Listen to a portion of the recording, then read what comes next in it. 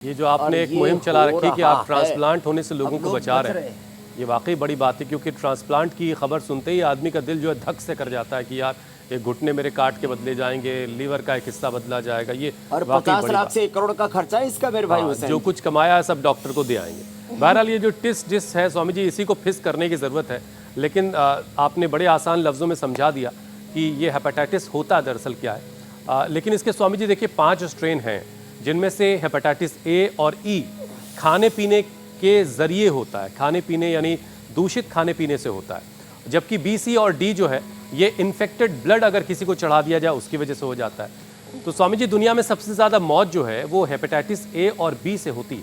करीब 25.5 करोड़ लोग जो हैं वो हेपेटाइटिस बी के शिकार हैं, 5 करोड़ से ज़्यादा लोग हेपेटाइटिस सी से जूझ रहे हैं। तो स्वामी जी इन सभी तरह के जो स्ट्रेन हैं शरीर पर इनका क्या अलग अलग असर दिखता है, जिससे ये पता किया जा सके कि ये ए है, बी है, सी है, डी है, कौन वाला है ये तो पता चले, या जांच करके ही पता चलेगा? नहीं, ब्लड जांच ही इसके लिए तो सर्वश्रेष्ठ है। सामान्य लक्षणों से बस इतना ही पता लग सकता है। मैंने कहा थोड़ा भूख कम लगेगी, खाना पीना हजम नहीं होगा, हीमोग्लोबिन कम हो जाएगा, ताकत थोड़ी कम हो जाएगी।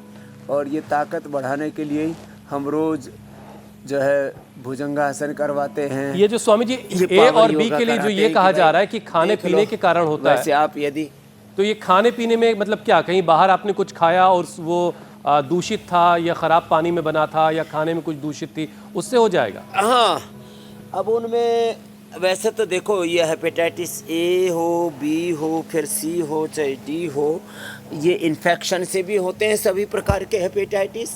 और अंदर जब लीवर कमज़ोर हो जाता है तो सामान्य साधारण खाने पीने की गड़बड़ी से भी, और कई बार जेनेटिकली भी होता है। सभी प्रकार के हेपेटाइटिस कम्युनिकेबल भी हैं, नॉन कम्युनिकेबल भी हैं, गंदे खून से भी होते हैं, गंदे खाने से भी होते हैं,